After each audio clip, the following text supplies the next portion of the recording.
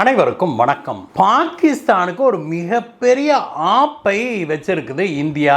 இதை பார்த்து பாகிஸ்தான் அலறிட்டு இப்பொழுது சர்வதேச நீதிமன்றம் வரைக்கும் ஓடி இருக்குது நண்பர்களே. இந்தியா மட்டும் தன்னுடைய நிலைப்பாட்டில் தொடர்ந்து நின்னா ஒரு சில மாதங்கள்ல பாகிஸ்தான் பிச்சை எடுக்கிற நிலைமைக்கு தள்ளப்படும் அப்படிங்கிறதா உண்மை. இந்தியா அப்படி என்ன ஆப்பு வச்சது பாகிஸ்தானுக்கு? இதை முறியடிக்க பாகிஸ்தான் என்னவெல்லாம் செய்து கொண்டிருக்குது? இந்த மிக முக்கியமான விஷயத்தை பற்றி தான் இன்னைக்கு பார்க்க போறோம் நண்பர்களே. வாங்க.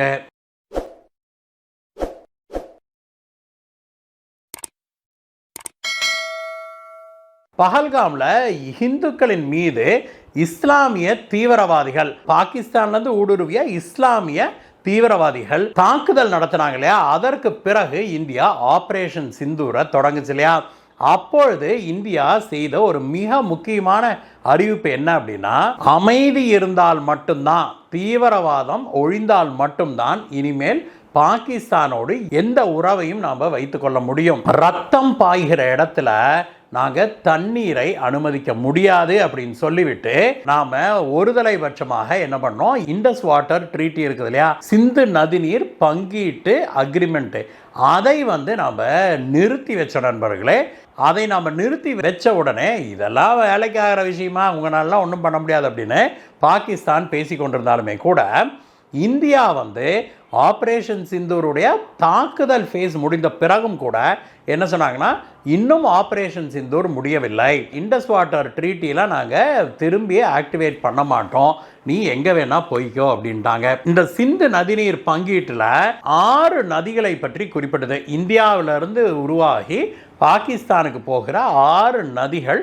அந்த நதியில் 3 நதி, கிழக்க இருக்கிற 3 நதி, ராவி உள்ளிட்ட 3 நதிகள், அந்த நதிகள் எல்லாம் இந்தியாவுக்குள்ளே பாய்ந்து விட்டு பிறகு பாகிஸ்தானுக்கு போகுது. அந்த நதிகளில் நாம் வேணும்னா நம்மளுடைய பயன்பாட்டுக்கு அந்த நீரை நம்ம பயன்படுத்தி கொள்ளலாம் அப்படின்னு சொல்லுது அக்ரிமெண்ட்டு.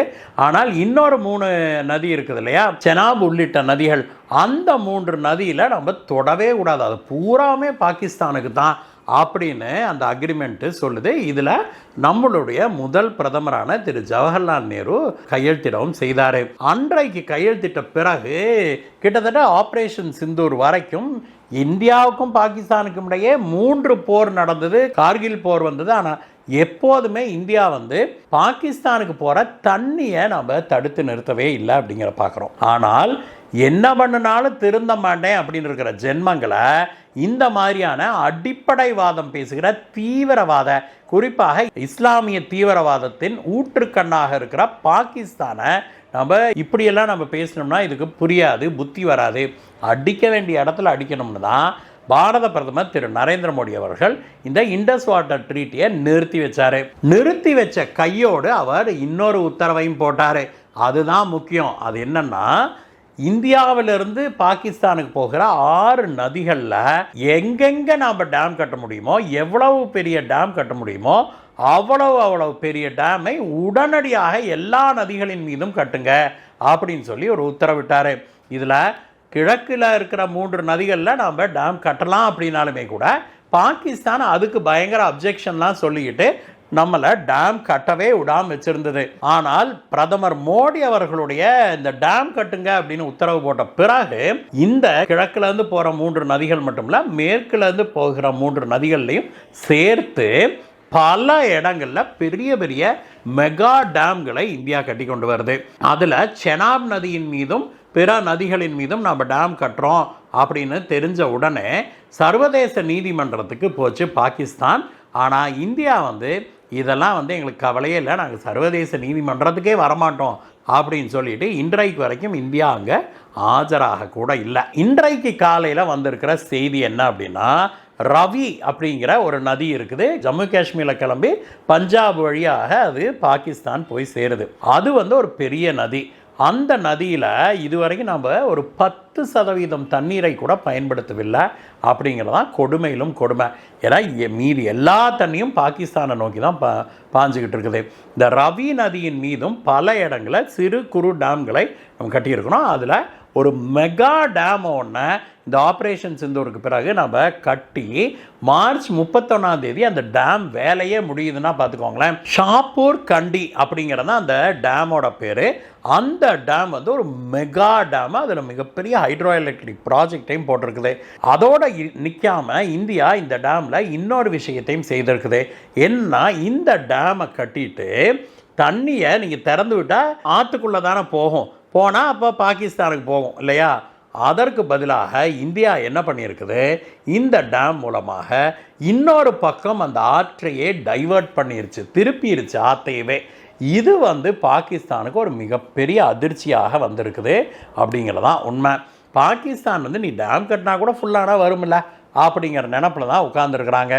ஆனால் இந்த முறை இந்தியா கட்டியிருக்கிற டேம் வந்து அப்படியே இப்படி டேமை கட்டி தண்ணீரை ஆற்றுல இப்படி போகிறத கட் பண்ணி இந்த பக்கமாக திருப்பி விட்டுட்டாங்க. அதன் மூலமாக ஜம்மு காஷ்மீரில் மட்டுமே கிட்டத்தட்ட 50,000 ஏக்கர் அளவுக்கு பாசன வசதி பெறுது. இது போக பஞ்சாப்லையும் 5000 ஏக்கருக்கு மேலே பாசன வசதி பெறுது. மார்ச் 31 இந்த டேமை திறந்து வைக்க போகிறாங்க மத்திய அரசாங்கம். இந்த டேமை திறந்துட்டோம் அப்படின்னாக்க அதற்கு பிறகு பாகிஸ்தானுக்கு ஒரு சொட்டு தண்ணி கூட இந்த ரவி ஆற்றின் வாயிலாக போகாது அப்படின்னு தான் சொல்கிறாங்க. அதுலேயும் மிக முக்கியமாக இந்த ஆண்டு சம்மரில் வெயில் காலம் வருது இல்லையா, அந்த வெயில் காலத்தில் பாகிஸ்தானுக்கு ஒரு சொட்டு தண்ணி கூட போகாது அப்படின்னு சொல்லியிருக்கிறாங்க இந்தியாவுடைய அதிகாரிகள். இதை கேள்விப்பட்டோன்னே அலறிட்டு மறுபடியும் சர்வதேச நீதிமன்றத்துக்கு ஓடி இருக்குது பாகிஸ்தான். ஆனால் இந்தியா எதற்கும் செவிமடுப்பதாக இல்லை. இதே சமயத்தில் அந்த பக்கம் 3 நதிகள் மேலே நம்ம டேமே கட்டக்கூடாதுன்னு சொன்னாங்களே, அதில் ஒரு நதியான செனாப் நதியின் மீது மட்டும் கிட்டத்தட்ட 8 டேமுடைய கன்ஸ்ட்ரக்ஷன் நடந்துகிட்டு இருக்குது நண்பர்களே. அந்த செனாப் நதியையும் இப்பொழுது டைவர்ட் பண்ண ஆரம்பிச்சிருக்கிறாங்க. இந்தியாவுடைய ஜம்மு காஷ்மீர் அப்புறம் அங்கேருந்து பஞ்சாப் வரைக்குமே கூட அந்த தண்ணீரை டைவர்ட் பண்ணி அங்கே ஜம்மு காஷ்மீர்லேயும் பஞ்சாப்லேயும் பாசன வசதிகளை பெருக்கிட்டு இருக்கிறாங்க இந்தியாவில் அப்படிங்கிறத பார்க்குறோம். அந்த டேம்களும் விரைவில் கட்டுமான பணிகள் முடியும் அப்படின்னும், அது முடிஞ்சதுன்னா செனாப் நதியிலையும் நாம் தண்ணி விட மாட்டோம் அப்படிங்கிறதான் உண்மை. இந்த விஷயத்தை கேள்விப்பட்டே பாகிஸ்தான் பயங்கரமாக அலறி இருக்குது. ஏன் தெரியுமா, பாகிஸ்தானுடைய பேக் போனாக இருக்கிற இண்டஸ் நதி, அந்த ஒரு நதி, இந்த நதிகள் எல்லாம் இந்த 6 நதியும் போய் இண்டஸ் நதியில் தான் கலக்குது. அந்த சிந்து நதியில் கலக்கிற மிகப்பெரிய நதி எதுன்னா அது இந்த செனாப் நதி தான். இந்த சிந்து நதி வந்து பாகிஸ்தானுக்கு எவ்வளோ முக்கியம் அப்படின்னாக்க, பாகிஸ்தானுடைய விவசாயத்தில் கிட்டத்தட்ட 80% 90% வரைக்கும் இந்த ஒரே ஒரு நதி சிந்து நதியை நம்பித்தான் இருக்குது அப்படிங்கிறாங்க. ஏற்கனவே ஆப்ரேஷன் சிந்தூருக்கு பிறகு இந்தியா வந்து தண்ணீரோட ஃப்ரீ ஃப்ளோவெல்லாம் கட் பண்ணிருச்சுங்கிறதுனால அவ்வப்போது நமக்கு வேணுங்கிறப்ப ஃப்ளஷ் பண்ணுறதுக்கு மட்டும்தான் நம்ம தண்ணீர் எடுத்து விட்டுக்கிட்டு இருக்கிறோம். இதனால் என்ன ஆயிடுச்சு அப்படின்னாக்க, பாகிஸ்தானில் ஏற்கனவே அவங்களுடைய கடந்த காலாண்டு விவசாய உற்பத்தி கிட்டத்தட்ட 40% குறைஞ்சிருக்குது அப்படின்னா பார்த்துக்கோங்களேன். அது மட்டும் இல்லை, இந்தியா வந்து டேட்டா ஷேரிங்கையும் நிறுத்திடுச்சு. அதாவது நான் இங்கே மழை பெஞ்சிருக்குது, நதியில் வெள்ளம் வருது, நாங்கள் டேமை திறந்து விட போகிறோம் அப்படின்லாம் நம்ம அவ்வப்போது அவங்களுக்கு அறிக்கை கொடுப்போம் இல்லையா, அந்த டேட்டா ஷேரிங்கை பூரா நிறுத்திடுச்சு. அதனால் இந்தியா வந்து திடீர்னு ஃப்ளஷ் பண்ணுறதுக்காக தண்ணீர் திறந்தால் கூட திடீர்னு பாகிஸ்தானில் வெள்ளம் ஓடுது. அடுத்த 2 நாட்களில் திடீர்னு அதை நிறுத்திடுது இந்தியா. அப்போது ஒரு ப்ரெடிக்டபிலிட்டியே இல்லாமல் போயிடுச்சு பாகிஸ்தானுடைய இந்த செனாப் நதியை ஒட்டி இருக்கிற சிந்து நதியை ஒட்டி இருக்கிற விவசாயிகளுக்கு. அதனால் சென்ற முறை குறுவை சாகுபடியை கூட அவங்க மேற்கொள்ளவே இல்லை அப்படின்னா பார்த்துக்கோங்களேன். அந்த அளவுக்கு பாகிஸ்தானுக்கு இந்தியா ஒரு மிகப்பெரிய பாதிப்பை ஏற்படுத்தி இருக்குது. இந்த ரவி நதியின் மீது நம்ம கட்டி இருக்கிற இந்த புதிய டேம் பாகிஸ்தானுக்கு ஒரு மிகப்பெரிய ஆப்பாகவே வந்திருக்குது அப்படின்னே சொல்லணும்.